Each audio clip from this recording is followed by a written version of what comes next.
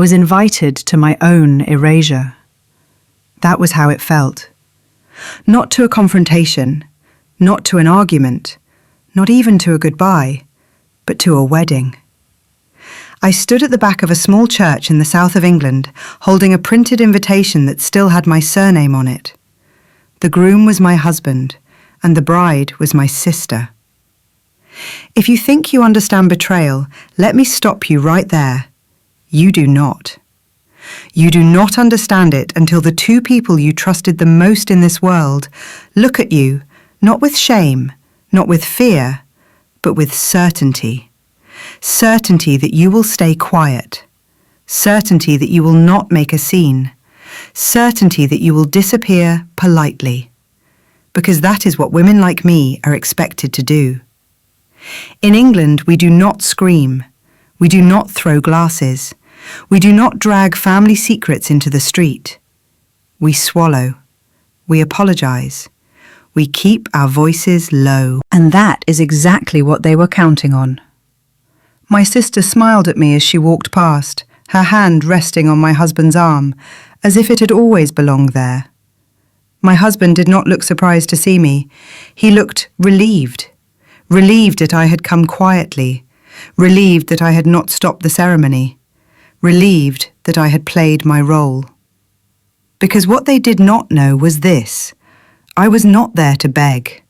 I was not there to forgive. And I was certainly not there to accept anything. I was there because months earlier, when they thought I was broken, confused, and too emotional to fight back, I had done something they never expected. I had gone silent. And silence, when used properly, is not weakness. It is preparation. This is not a story about shouting. It is not a story about revenge in the way people imagine it. This is the story of how I let them believe they had won, and how they signed away their own lives without realizing it. If you want to hear what happened next, comment number 1 right now, because what followed that wedding was not loud. It was devastating. I did not scream. That was the first thing that surprised me. I had always imagined that if something like this ever happened, I would lose control, that I would cry, that I would shake, that I would run. But standing there, at the back of that church, I did none of those things. I stood very still, so still that I could feel the cold of the stone floor through the soles of my shoes.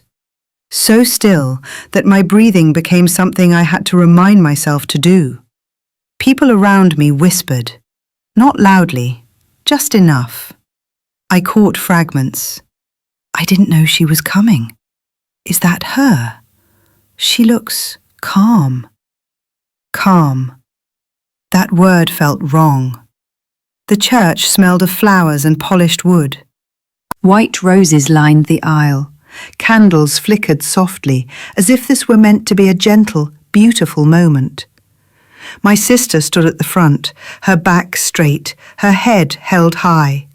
She looked exactly as she always had, confident, certain, at ease. My husband stood beside her. No, not my husband, not anymore. But my eyes still recognized him before my heart could catch up. The way he shifted his weight slightly from one foot to the other. The way he clasped his hands together when he was nervous. He was nervous. Not because he was getting married, but because he had seen me. Our eyes met for half a second. He did not look guilty. He did not look shocked.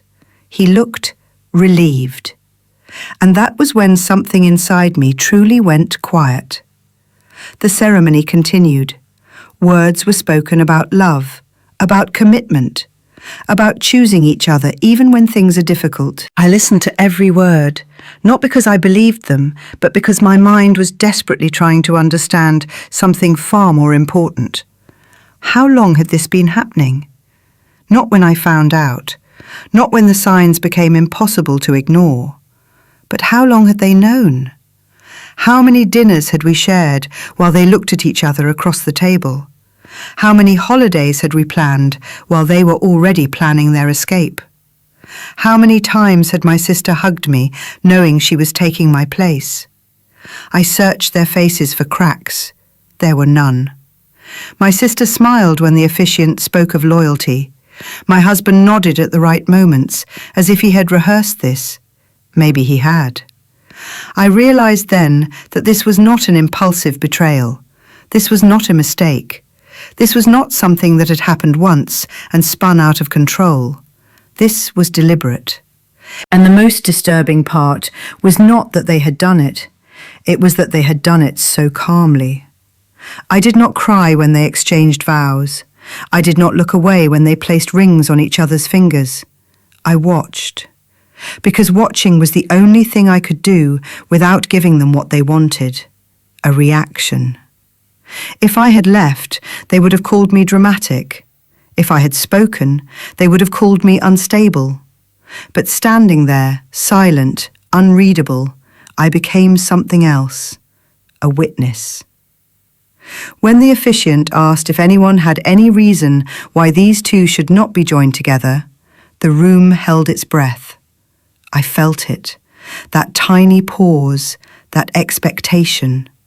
This was the moment they thought I would break. I did not move.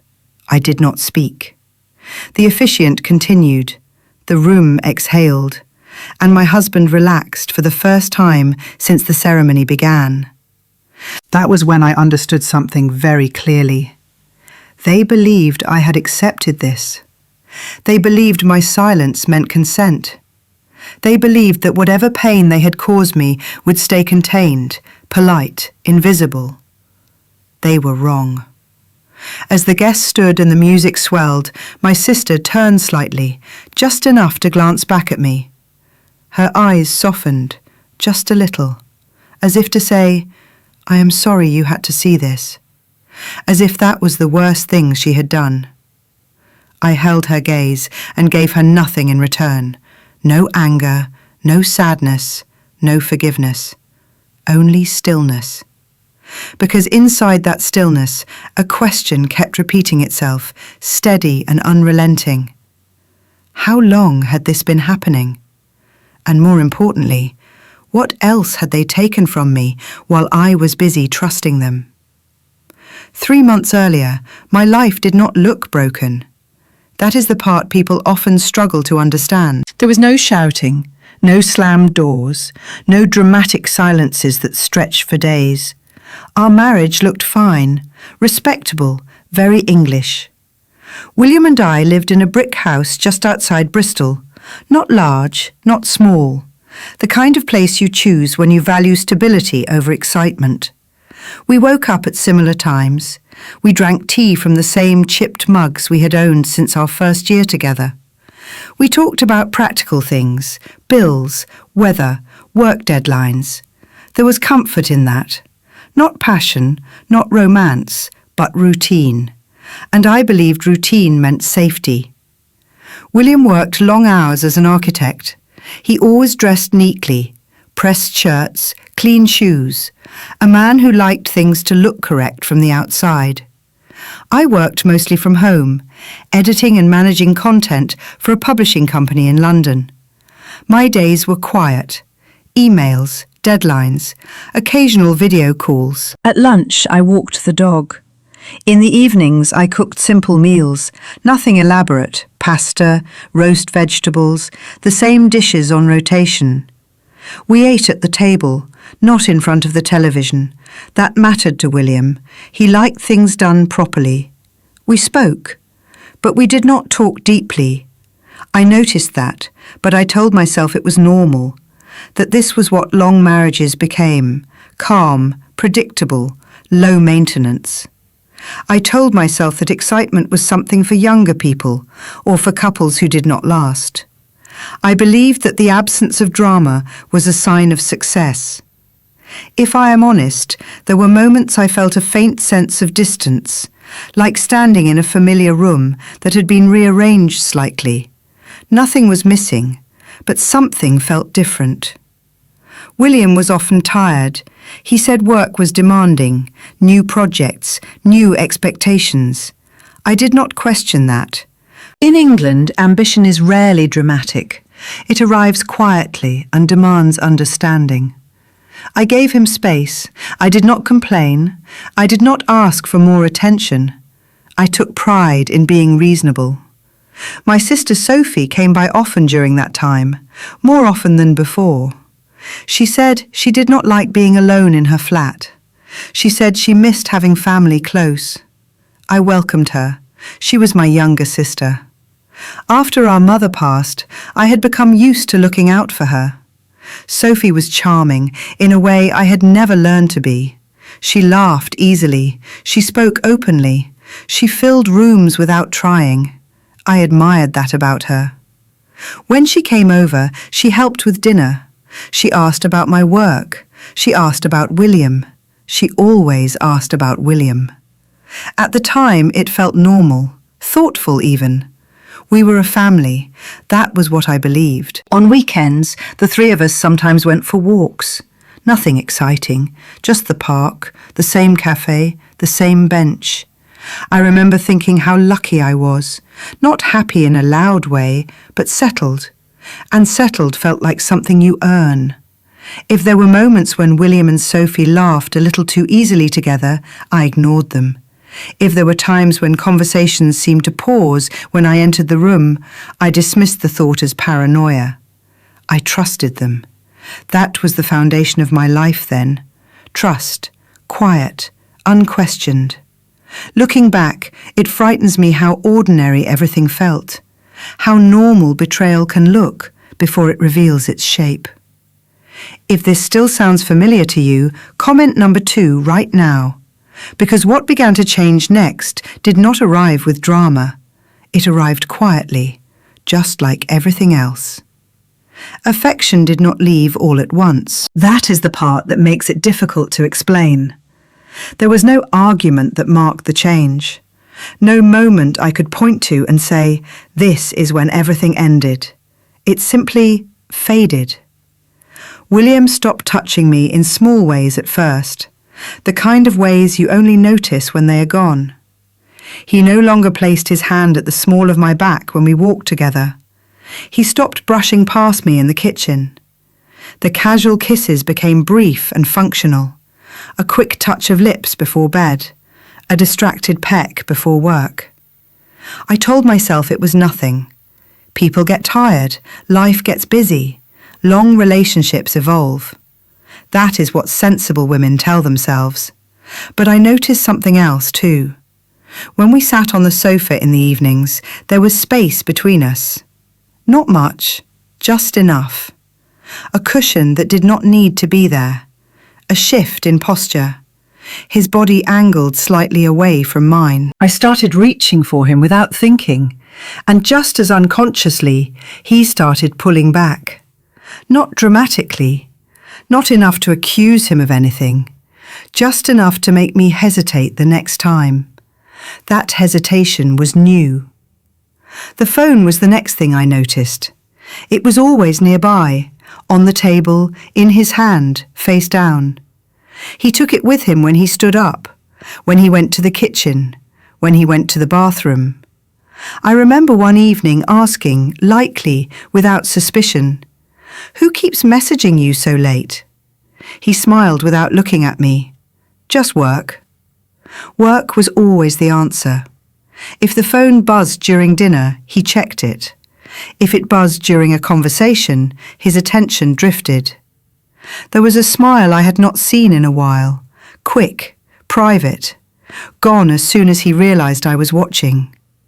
I asked once, jokingly, "What is so funny?" He looked at me then, really looked, and something in his expression hardened. "Can I not smile without being interrogated?" The word interrogated stayed with me. I apologized, because that is what I did when something felt uncomfortable. I smoothed it over. I made myself smaller. After that, I stopped asking, but I started noticing.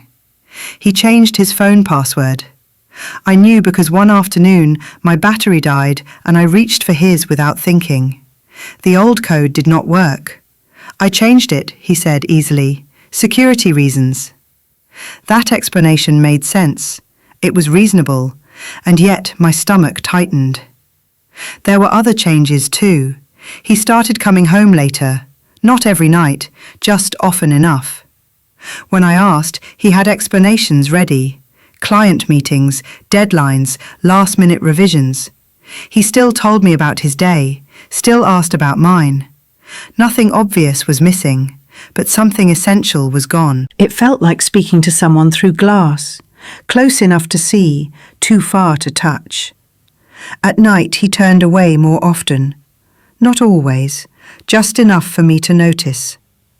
I lay awake listening to his breathing, wondering when the distance had started, and whether I had imagined it, because that was the most unsettling part. There was no proof, no evidence, no betrayal I could name, only a growing sense that I was no longer the centre of his attention, that his thoughts were elsewhere, that something in his life had begun to exist without me. I did not accuse him. I did not confront him. I doubted myself instead. I told myself I was reading too much into ordinary changes, that I was being insecure, that I should be grateful for stability rather than demanding closeness. But once you notice the absence of something, it is impossible to unnotice it. And affection, when it leaves without announcement, takes more than warmth with it. It takes certainty. If you have ever felt this shift without being able to explain it, comment number 3 now. Because what came next made it impossible for me to keep pretending nothing had changed. My sister was the last person I ever questioned. That is important to understand. If trust had layers in my life, she sat at the very centre. Not my husband, not my friends, her. Sophie had always been the fragile one, the one people worried about, the one who needed checking on. After our mother died, that role settled on me without discussion. I became the older sister in every sense, the one who remembered birthdays, the one who made sure she was eating properly, the one who answered late-night calls when she said she could not sleep. I was proud of that role. Sophie was emotional in ways I was not. She felt deeply. She spoke freely. She cried when things hurt. I learned early to be steady, to hold things together, to stay composed. So when Sophie said she was struggling, I listened. When she said her flat felt lonely, I told her she could come over whenever she liked. When she said she felt lost after her last relationship ended, I reassured her. I never once considered that she might be anything other than honest with me. She started coming over more frequently, sometimes with no notice, sometimes with food she said she had picked up for us. She would sit at the kitchen counter while I cooked, ask how my day had been, ask how William was doing. She always asked how William was doing. At the time, it felt caring, like she was checking on our marriage because she loved me. She noticed details. If William seemed tired, she commented on it. If he mentioned work stress, she sympathized. If I laughed something off, she looked at me with concern. "You take on too much," she would say. "You always put everyone else first." I thought she saw me. There were evenings when she stayed late, too late to go home easily, so she stayed the night. I did not think twice about it. She wore my clothes sometimes, borrowed jumpers, used my skincare, small sister things. William was polite to her, friendly, attentive. I told myself that was normal. He had always been kind to my family. He had always made an effort. Sometimes, when I left the room, conversations stopped. I noticed it once or twice, but I brushed it away. Why would I ever suspect my sister? If Sophie laughed at something William said, I smiled too. If they shared a look, I assumed it was harmless. That is the danger of unquestioned trust. It fills in gaps for you. It explains away moments that deserve attention. When Sophie hugged William goodbye, it lingered, just a second longer than necessary. I saw it and looked away, because the alternative thought felt ugly, and I did not want to be someone who thought ugly things about her own sister. There were times Sophie defended William to me. When I mentioned feeling distant from him, she reassured me. Men withdraw when they are stressed, she said. You know that. She reminded me to be patient, to be understanding, to not make problems where there were none. She said it gently, lovingly, and because she was my sister, I believed her. Looking back, I realize how carefully that trust was used, how my role as protector made me blind, how being the responsible one meant I never imagined betrayal could come from below. I thought danger came from strangers, from obvious threats, from women outside the family. I never considered that the safest place in my life might be the one quietly rearranging it. If you have ever trusted someone so completely that you did not question a single thing, comment number 4 now. Because what followed was not loud. It did not announce itself. It simply began to feel wrong. Gaslighting does not arrive shouting. It arrives calmly, politely, with a smile that makes you question yourself. The first time I tried to speak about what I was feeling, William did not argue. He did not raise his voice. He did not deny anything directly. He sighed. That was his weapon. You are overthinking this, he said. You always do this when you are stressed. Always. The word landed softly, but it stayed. I tried again another evening. I chose my words carefully. I did not accuse. I did not blame. I feel like you are somewhere else lately, I said, like you are not really here. He looked at me for a long moment. Then he smiled, not warmly, not kindly. That is a strange thing to say, he replied. I am right here. Right here.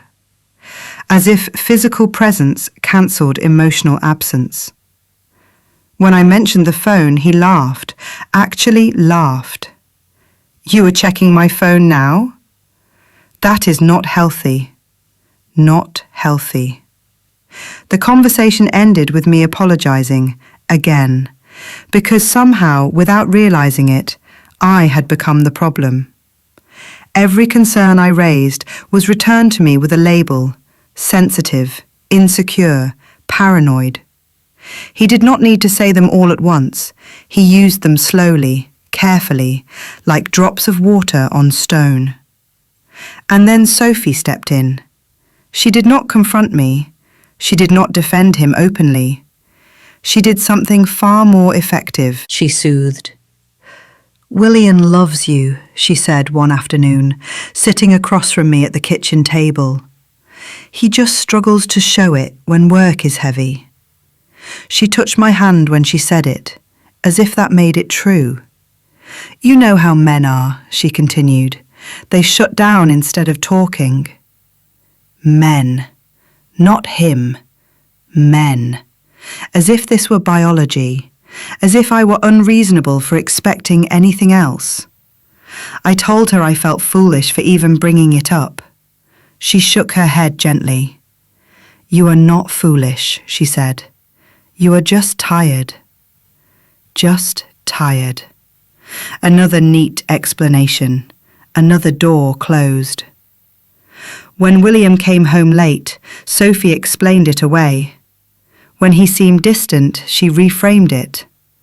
When I mentioned feeling lonely in my own marriage, she told me I was being too hard on him. On both of them. They worked as a pair, without ever appearing to. If I spoke to William, he suggested I talk to Sophie. If I spoke to Sophie, she told me William was under pressure. Back and forth, round and round. Every doubt I had was redirected until it circled back to me. I started editing myself before speaking, rehearsing sentences in my head, removing emotion, softening words. I stopped saying how I felt. I started saying what would sound reasonable. That is how gaslighting works. It does not convince you that the truth is false. It convinces you that your response to the truth is wrong. One evening, after I had asked William where he had been, he looked genuinely annoyed.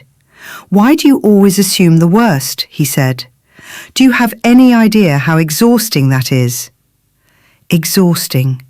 I stood there, stunned, because I had asked one question. One. Sophie later messaged me. "He was upset," she wrote. "You should give him space." You should. Not he should explain. Not he should reassure. Me. I began to doubt my memory, my instincts, my right to question anything at all. When something felt wrong, I told myself it was because I was difficult. When I felt hurt, I told myself I was too sensitive. And the more I tried to be calm, the more invisible I became. That was the cruelest part. I was not asking for perfection. I was not asking for attention. I was asking for honesty, and they made that sound unreasonable. Looking back, I can see how deliberate it was, how carefully they positioned themselves as patient and kind, how quickly I was painted as unstable for noticing the truth. If you have ever been told you were imagining things that later turned out to be real, comment number 5 right now. Because the moment I stopped trusting myself, they became very comfortable. And that is when they made their next move. The first thing that made it real was not a message. It was not a confession. It was not even a lie I could point to. It was a smell. One evening, William came home later than usual. Not unusually late, just late enough that dinner had gone cold. He took off his coat and hung it by the door. Nothing dramatic, nothing suspicious. I noticed the smell as I walked past. It was soft, sweet, floral. Not mine. At first I told myself it must have come from somewhere else, a client, a crowded lift, someone brushing past him on the train.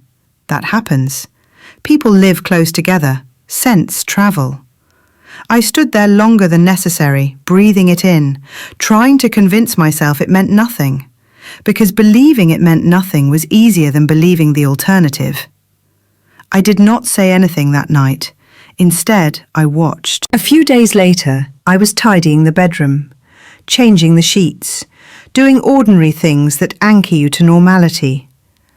That was when I found the receipt. It had slipped out from between the pages of a notebook on his bedside table.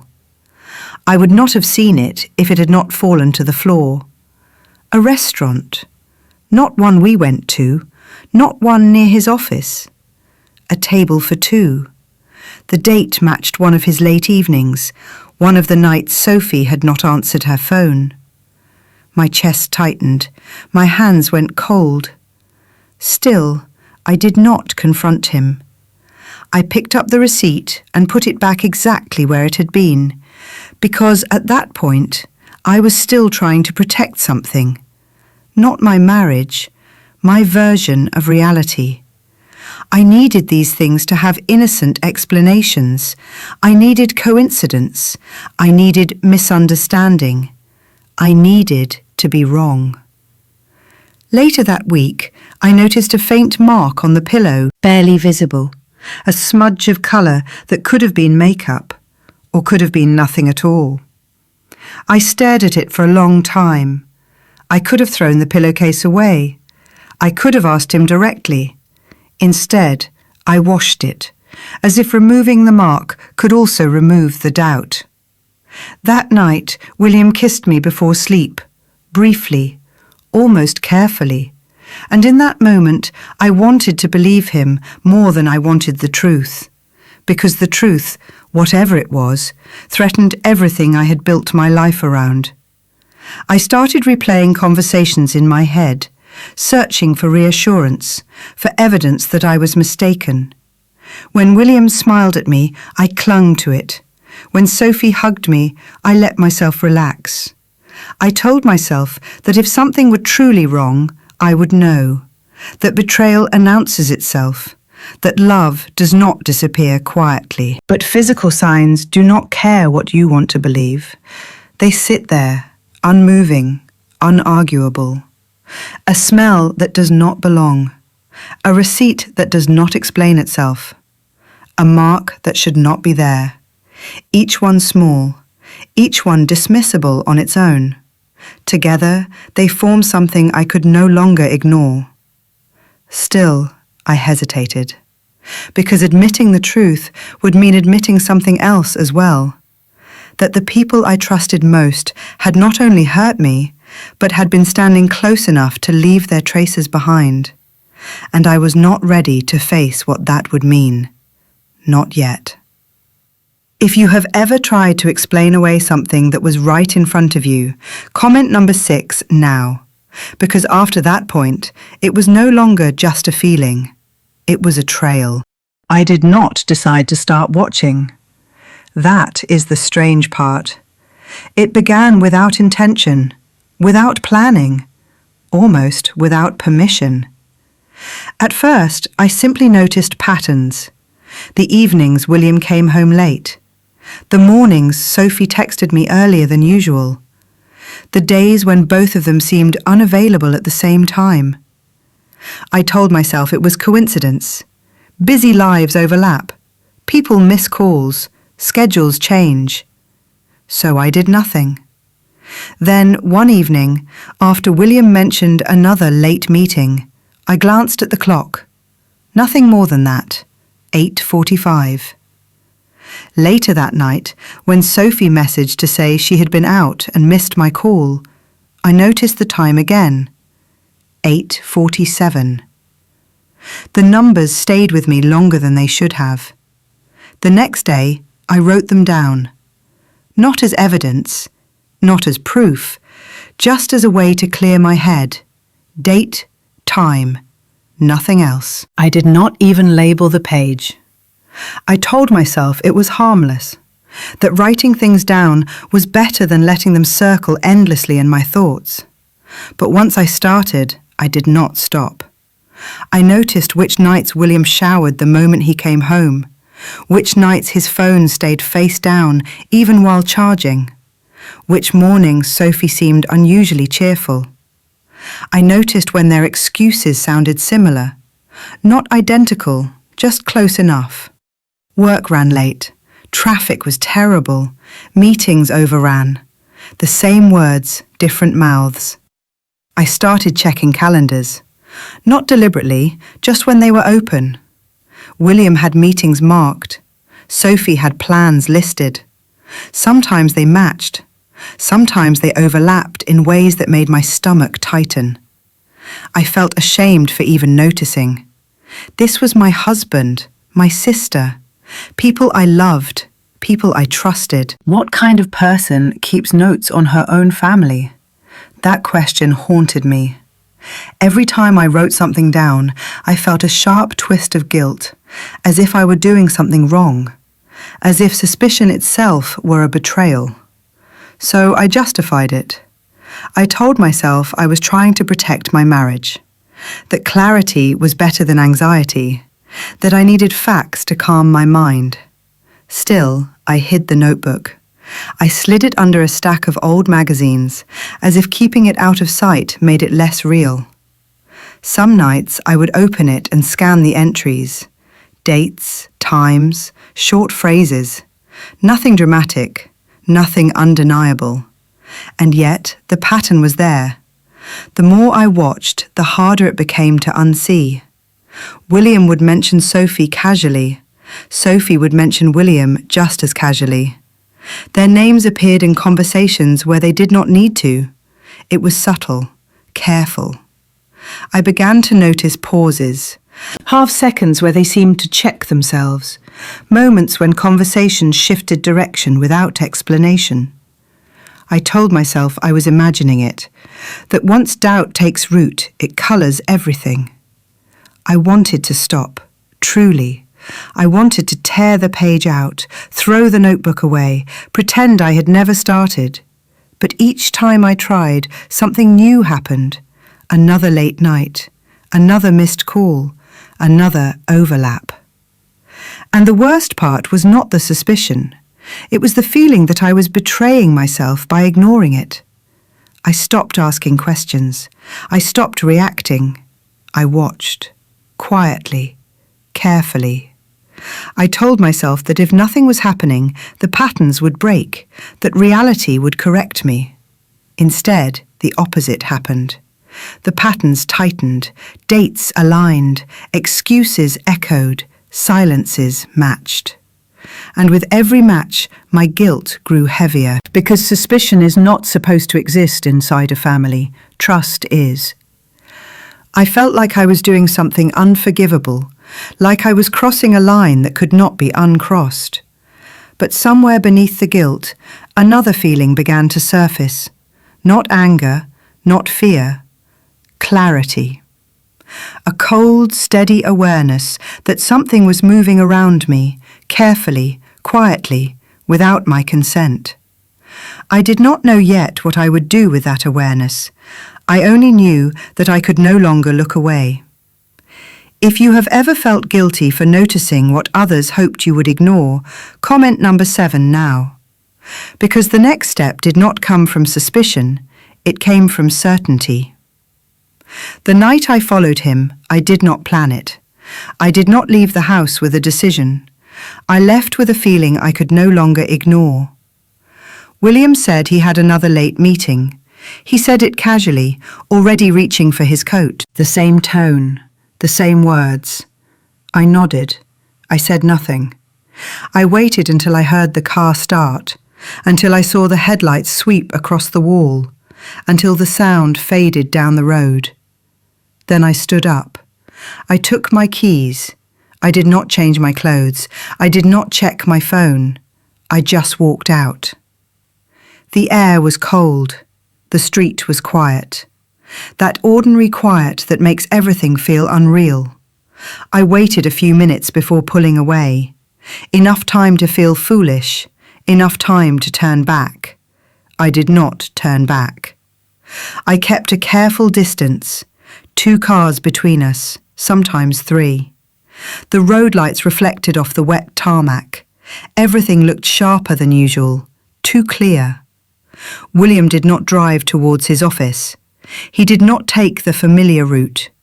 He turned away from the city, towards the river, towards the hotels. My hands tightened on the steering wheel. I told myself it still meant nothing, that people take different routes, that meetings move, but my heart already knew.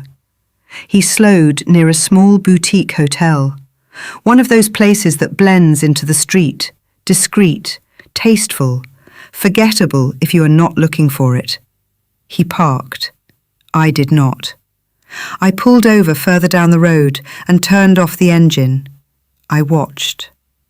William stayed in the car for a moment, checking his phone, adjusting his collar. Then he stepped out.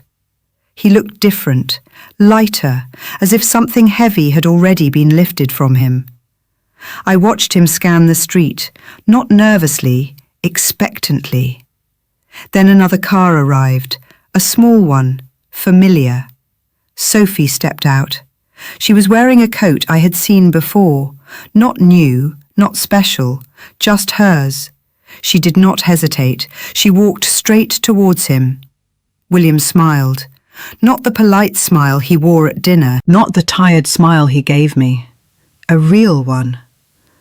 She reached him and adjusted his collar, the way you do with someone you know well, someone you have touched many times before. They stood close, too close, and then he leaned in. The kiss was not rushed, not hidden. It was easy, practiced, comfortable. I did not hear anything. I did not need to. I watched from a distance that suddenly felt enormous. The world did not spin. I did not feel dizzy. I felt very still, as if my body had shut something down to survive the moment. They went inside together. The door closed. I stayed where I was. I do not know how long I sat there. time lost its shape. Cars passed. People walked by. Life continued as if nothing extraordinary had happened. Eventually, my phone buzzed. A message from William. "Running late. Do not wait up." I stared at the screen until it dimmed. I did not reply. I did not cry. Not then. I started the car and drove home. Every movement felt automatic, as if someone else were controlling my hands. When I got inside, the house felt different, smaller, hollow. I sat on the edge of the bed and took off my shoes, placed them neatly, the way I always did. That detail still frightens me, because it meant some part of me was still pretending this was normal. That night I lay awake and replayed the scene, not the kiss, but the ease of it, how natural it had been, how unafraid. That was when the truth finally settled. This was not new. This was not a mistake. This was not something that had happened once and spiraled. This was a relationship, and they had been living it while standing close enough to touch my life every day. I did not confront them the next morning. I did not mention the hotel. I did not ask questions. I did something else instead. I accepted that what I had seen could not be unseen, and that from that moment on, everything would change. If you have ever seen something that rewrote your entire reality in a single second, comment number 8 now. Because what came next was no longer about suspicion, it was about proof. The phone was not left unlocked by accident. At least, that is what I believe now. At the time, it felt like the universe had taken one small step closer to me, not to comfort me, but to make sure I could no longer lie to myself. William had gone to shower. His phone was on the kitchen counter, face up, screen lit. I stood there longer than I should have, long enough to hear the water running, long enough to turn away. I did not turn away. I picked it up. There was no password, no lock, no hesitation required. The messages were already open, a name at the top of the screen, not hidden, not coded. Sophie. My sister. I scrolled. I should not have, I knew that. But there are moments when the cost of not knowing is higher than the cost of crossing a line. The first messages were ordinary, plans, times, simple confirmations. Then the tone changed. You were amazing last night. I hate pretending around her. I know, but she trusts us. She trusts us. The words sat there, quiet, certain, not guilt, not fear, confidence. I kept scrolling. They talked about logistics, who would leave first, which days were safer, which stories sounded believable. They discussed me as if I were not a person, as if I were an obstacle, a situation to manage. Then I reached the messages that shifted everything. They were not about feelings, they were about money. Our finances are still linked, William wrote. If she signs the restructuring forms, it will be easier. Sophie replied quickly. She will sign. She always does. She never questions you. I felt something cold move through my chest. They talked about the house, about equity, about timing, not in emotional language, in practical terms, like a project. There were messages about meetings with the bank, about documents that needed signatures, about how to explain things in a way that sounded responsible. Say it is about security, Sophie wrote. She likes feeling sensible. William responded, yes, she trusts us, again. I lowered the phone and sat down. This was no longer an affair. This was not just betrayal of the heart. This was strategy. They had been planning, quietly, carefully, using my trust as a tool. I thought about every time William had asked me to sign something quickly, every time Sophie had reassured me it was normal, every conversation where my questions had been gently pushed aside. It all rearranged itself in my mind. The gaslighting, the distance, the confidence. They were not improvising, they were executing a plan. The shower turned off. I placed the phone back exactly where it had been, screen down, just as I had found it. William came into the kitchen drying his hair. "Everything all right?" he asked. I looked at him. I saw a man who believed he was in control, a man who believed I was still in the dark. "Yes," I said, "just tired." That was the moment I understood something very clearly. They did not think of me as an equal. They did not think of me as someone capable of seeing the full picture. They thought I was safe to deceive, because I was calm, because I was reasonable, because I trusted. I went to bed that night without saying another word. I did not confront him. I did not mention the messages. I did not ask for explanations. I did something far more important. I stopped protecting them from consequences. Up until that moment, part of me had still been trying to preserve something: dignity, family, peace. The phone ended that. Because love does not require secrecy, and marriage does not require strategy. What they were doing required both. As I lay there in the dark, one thought kept repeating. This was never about choosing between two women. This was about choosing themselves, at my expense.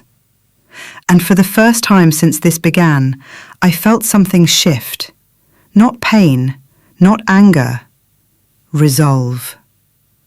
If you have ever realized that the betrayal went far deeper than you were first told, comment number 9 now, because once money enters the story, everything accelerates. They stopped pretending on a Tuesday evening. Nothing dramatic marked it. No shouting, no slammed doors, just a quiet moment when the masks finally slipped. William asked me to sit down. His voice was calm, careful. Sophie was already there, sitting on the sofa, hands folded, looking concerned. I remember noticing how rehearsed it felt, as if they had already walked through this scene together. William spoke first. "We need to talk about some practical things," he said, "about the future. Not us, not the marriage, practical things." I said nothing. I waited. He explained that things had changed, that people grow, that feelings are complicated. Then Sophie leaned forward. "We never meant to hurt you," she said softly. "This just happened." Just happened. The phrase landed heavily, because nothing about what I had seen was accidental. William finally looked at me properly. No warmth, no apology. "I care about you," he said, "but I am not in love anymore." There it was, clean, undeniable.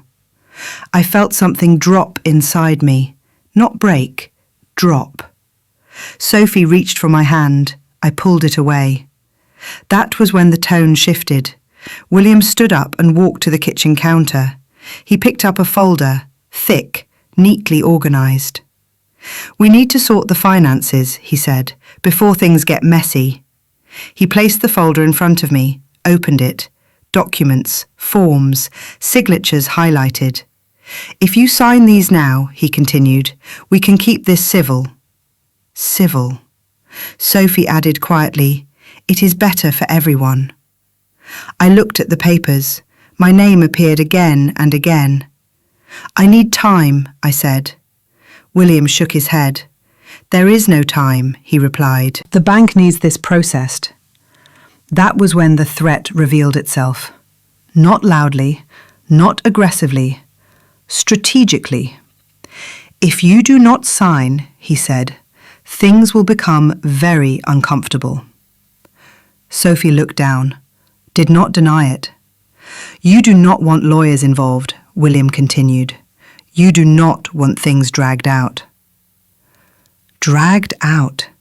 as if my life were an inconvenience.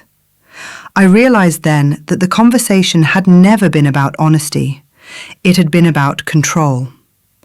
The confession was not a release. It was a step in a process. They were not asking, they were instructing. My chest felt tight, my thoughts slowed. This was the bottom. Not the affair, not the kiss. This. Being cornered by the two people who knew me best, who knew exactly how to pressure me, how to make it sound reasonable. William pushed the pen towards me. "Sign," he said, "and we can all move on." All. As if I were included. I looked at Sophie, my sister, the person who had always told me she would protect me. She did not meet my eyes. That was the moment I understood something very clearly. They believed I would give in, because I always had, because I kept the peace, because I avoided conflict. They mistook my silence for weakness. I picked up the pen. My hand shook. And then I put it back down. "I will not sign tonight," I said. The room changed instantly. William's expression hardened. Sophie inhaled sharply. "You are making this difficult," Sophie said, as if that were the worst thing I could be. Difficult. I stood up.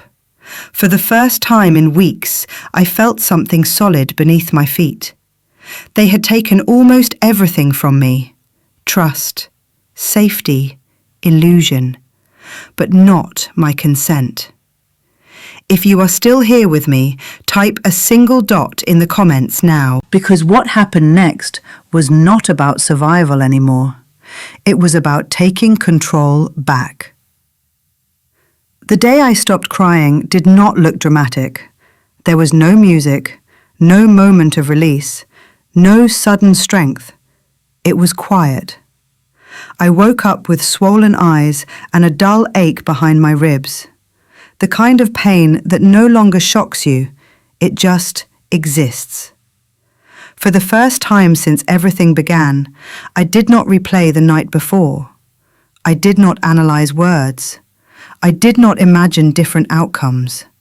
I made tea. I sat at the table. I breathed. Then I picked up my phone and called my best friend. Her name appeared on the screen and my hands started to shake. Not because I wanted comfort, but because I knew that once I spoke, things would become real. She answered on the second ring. I said her name, and then I stopped. There was a pause. She did not rush me. She never did. When I finally spoke, my voice surprised me. It was steady, flat, almost calm. I did not cry. I did not collapse. I told her what had happened in simple sentences. My husband, my sister, the hotel, the phone, the documents. She listened. She did not interrupt. She did not ask questions until I finished. When I stopped talking, there was another pause. Then she said one sentence. "Do not say anything else to them." That sentence changed everything. She did not tell me to forgive. She did not tell me to confront. She did not tell me to protect the family. She told me to be quiet. She explained that silence was not weakness, that silence was space, time, control. "They think they know you," she said. "Let them keep thinking that." I hung up the phone and sat there for a long time. For the first time, I did not feel the urge to reach out, to explain, to fix, to beg for understanding. That urge was gone. I realized that every time I had spoken before, it had been used against me. Every emotion labeled, every reaction managed. Silence removed their access. That day, I did not message William. I did not reply to Sophie. I did not ask for clarity. I became unreadable. When William came home, I was polite, distant, unreactive. He looked confused, not angry, confused. Sophie messaged me later, concerned words, soft questions. I did not respond. Not because I was trying to punish them, but because I was done offering myself up for discussion. That night, I did not cry in the shower. I did not shake in bed. I planned. Not revenge in the loud sense, not drama, not exposure. Psychological revenge begins with withdrawal, with letting people underestimate you, with allowing them to believe they are ahead. I wrote nothing down. I said nothing out loud. I simply observed.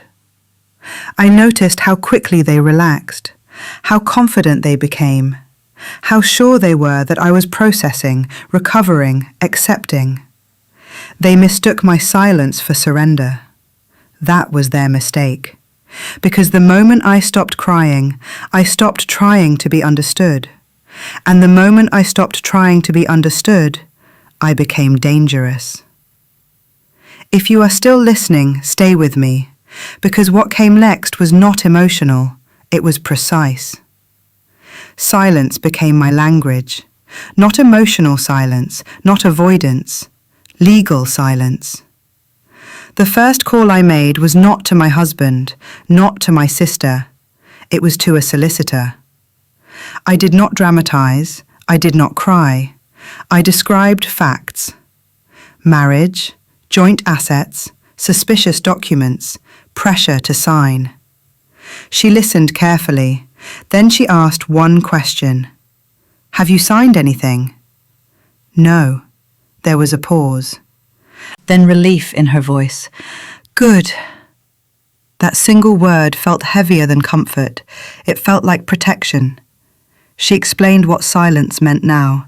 No conversations without witnesses, no explanations, no reassurance. From this moment on, she said, everything goes through us. Us. Not me, not them. That same afternoon, she referred me to a forensic accountant. I had never heard the term before. It sounded clinical, precise. That was exactly what I needed. We sat across from each other with bank statements spread out between us. Years of numbers, transfers, patterns. What had felt confusing before became very clear very quickly. Money moving between accounts, amounts just small enough to avoid attention. Timing that aligned perfectly with their meetings. Not one mistake, not two, a system. They assumed you would never look, he said calmly, because you trusted. Trust again. That word. He traced the trail patiently, quietly. Joint savings, redirections, temporary holding accounts. Everything documented. While they thought I was grieving, I was learning the language they had used against me. Then came the most important step. We froze the accounts. Not all of them, just enough. Enough to interrupt the plan. Enough to force questions. William noticed within hours. He called. Once, twice, 3 times. I did not answer. Sophie messaged, concerned, confused. I did not reply. The silence was no longer emotional. It was procedural. When William finally spoke to my solicitor, his tone changed. Not affectionate, not controlling, careful.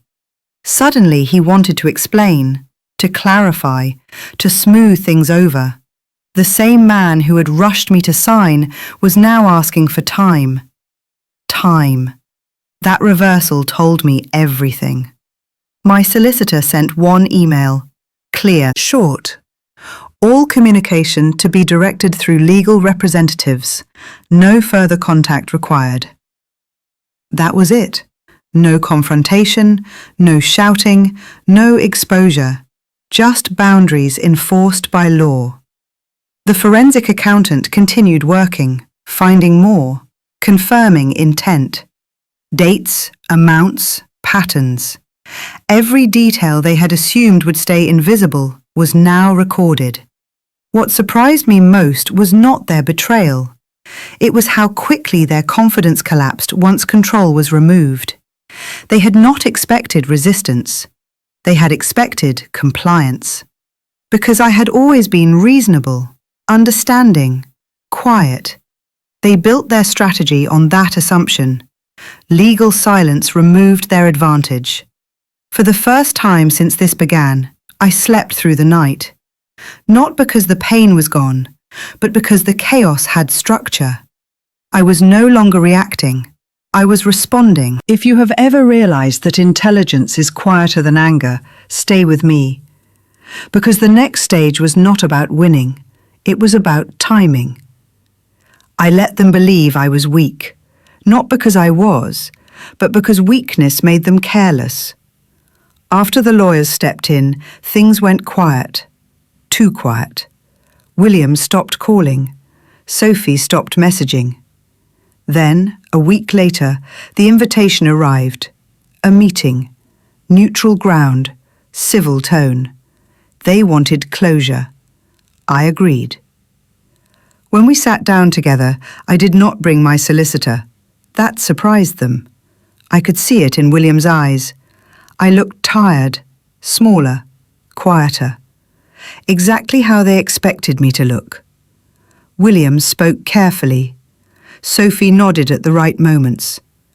They explained how complicated everything had become, how exhausting the process was, how much they wanted it all to end. Then William slid a document across the table. "It is just a formality," he said. "It does not change anything important." I read it slowly, page by page. I asked simple questions. I sounded uncertain. I hesitated. They relaxed. Sophie reached across the table, squeezed my hand. "We all make mistakes," she said softly. "This is the easiest way forward." I nodded. I signed. The pen moved smoothly, my name neat and familiar. William exhaled. Sophie smiled. What they did not realize was that the document did not do what they thought it did. It transferred nothing. It protected nothing. It resolved nothing. It was meaningless. My solicitor had prepared it that way. It gave them the illusion of progress, the comfort of control. I let them have that. For the next few days, I played my part. I sounded unsure on the phone. I asked questions I already knew the answers to. I thanked them for being patient. William grew confident again. Sophie became warm. They believed the danger had passed. That belief was the final piece I needed. Because people who think they have won stop watching. They make mistakes. They speak freely. They relax their guard. And that is when the truth finishes revealing itself. I continued to cooperate, to appear compliant, to seem overwhelmed. Inside, everything was already in motion. Accounts tracked, messages logged, timelines aligned. They never suspected a thing. They thought my silence had broken me. They thought my signature had ended it. They were wrong. I was not weak. I was precise. And when the time came, they would understand the difference. If you are still here, comment number 1 now, because the ending was not loud, it was final. The wedding was small, tasteful, carefully chosen. Exactly the kind of event that says nothing happened here. I was invited. That was the part that still surprises people when they hear this story. An invitation arrived in a simple envelope. No apology, no explanation, just names, date, location. They thought I had accepted everything. They thought my silence meant peace. They thought my signature meant closure. So they invited me. I replied yes. On the day of the wedding, I arrived early, not to make a scene, not to be seen. I took a seat near the back, where I could observe, where I could remain unnoticed. The room filled slowly. Soft music, Muted laughter. People who did not know the full story. William stood at the front, relaxed, confident. Sophie walked down the aisle, radiant, unafraid. They looked like people who had won. They avoided my eyes, not out of shame, but because they believed there was nothing left to explain. I sat quietly, hands folded, face calm. No tears, no tension, just stillness. The ceremony was brief, words about love, about honesty, about new beginnings. I listened carefully. Every sentence felt heavy with irony. When the vows were exchanged, William smiled. Sophie laughed softly. They were comfortable, certain. This was the moment they believed everything was behind them. When the officiant declared them married, there was polite applause. And then something shifted. Not in the room, in them. William glanced around, just once, looking for reassurance. He found me. Our eyes met. I did not smile. I did not look away. I stood up. The room quieted, not immediately, but gradually. People sensed something, they always do. I did not raise my voice. I did not accuse. I did not explain the history. I simply spoke the truth. Before you celebrate, I said calmly, there are documents you should see. I nodded toward the solicitor standing near the door. He stepped forward, folder in hand, expression neutral. What followed was not dramatic. No shouting, no tears, just facts. Dates, transfers, signed statements, proof. The room did not erupt. It froze. Sophie turned pale. William stopped breathing for a second. This was not a confrontation. It was a conclusion. The solicitor explained quietly, efficiently. The marriage, the financial implications, the ongoing investigation. Everything they thought was finished was only beginning.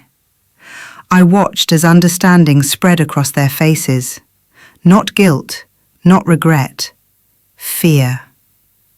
I did not stay to watch the aftermath. I did not need to. I walked out while the room remained silent.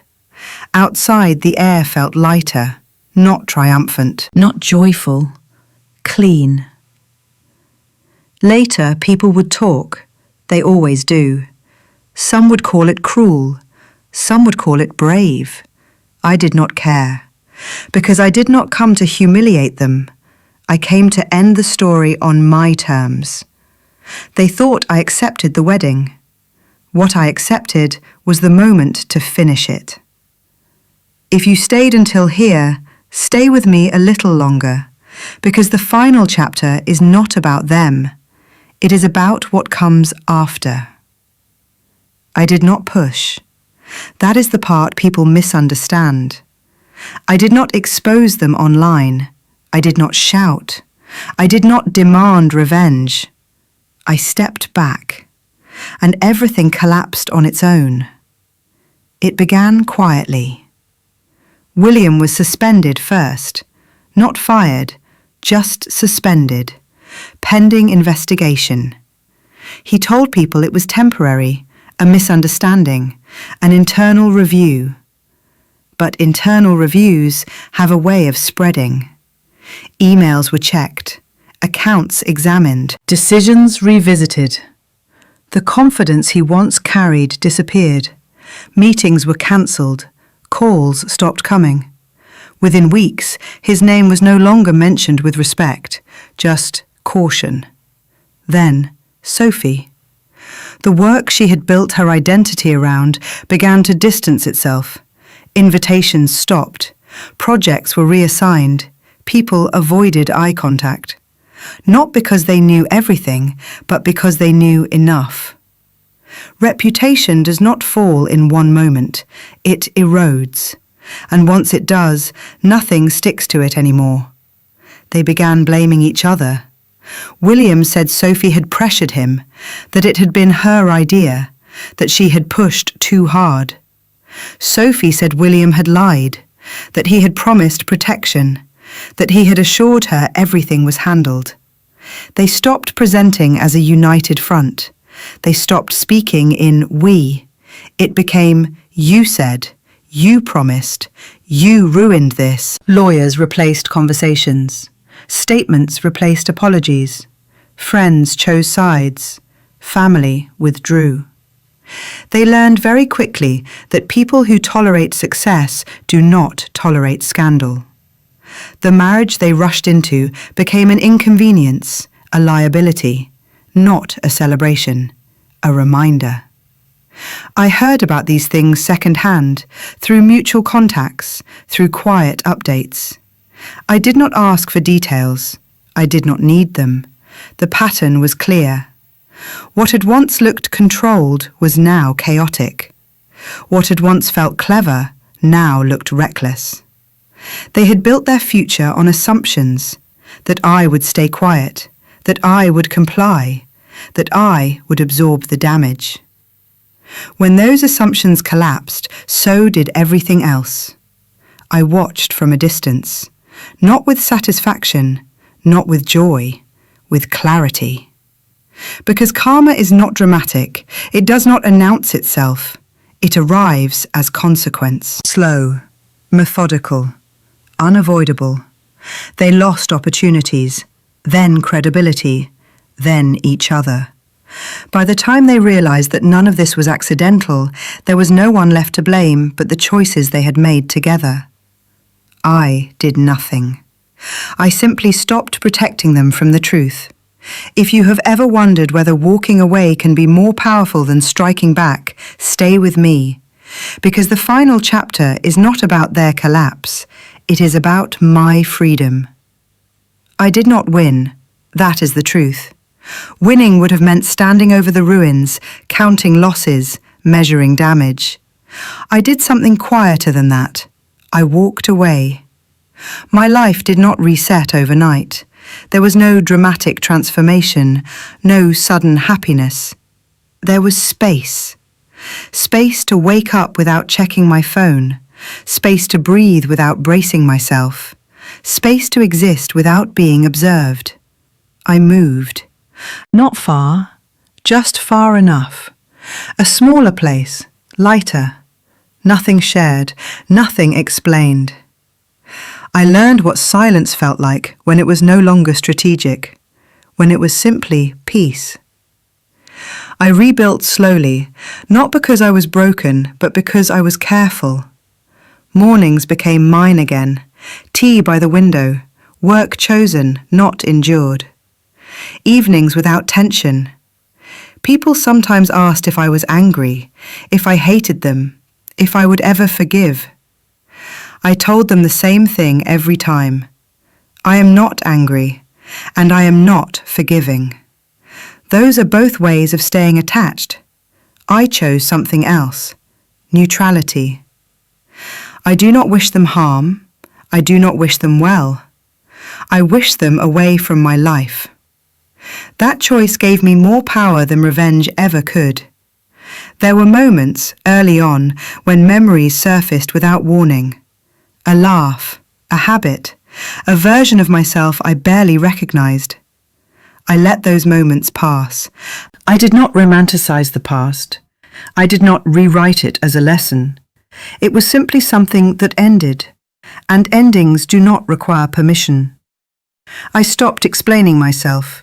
To friends, to family, to anyone who wanted a version of the story that felt easier to digest. I owed no one closure. I owed myself continuity. My life now is not impressive. It is not curated. It is not loud. It is honest. I make decisions without fear of consequence manipulation.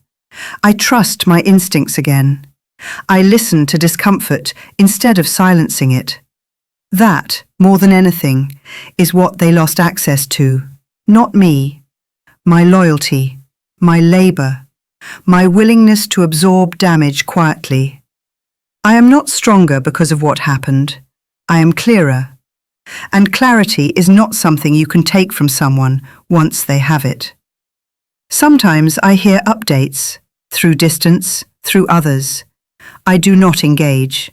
I do not respond. Their story continues. Mine does not revolve around it. That is the difference. If you are listening to this and you are still in the middle of something similar, know this. You do not need to destroy anyone to free yourself. You do not need justice to be loud. You do not need closure from people who benefited from your confusion. You need distance. You need time. You need to stop negotiating with what has already shown you who it is. Walking away is not failure. It is refusal. Refusal to keep explaining.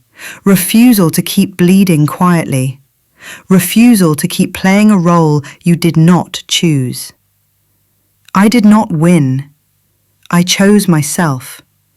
And that choice did not make me heroic. It made me unavailable. That is what changed everything. If you have listened all the way to the end, leave the word "seen" in the comments. Not for me, for yourself. Because being seen sometimes begins with witnessing your own story clearly. They thought they erased me. What they erased was the woman who would have saved them.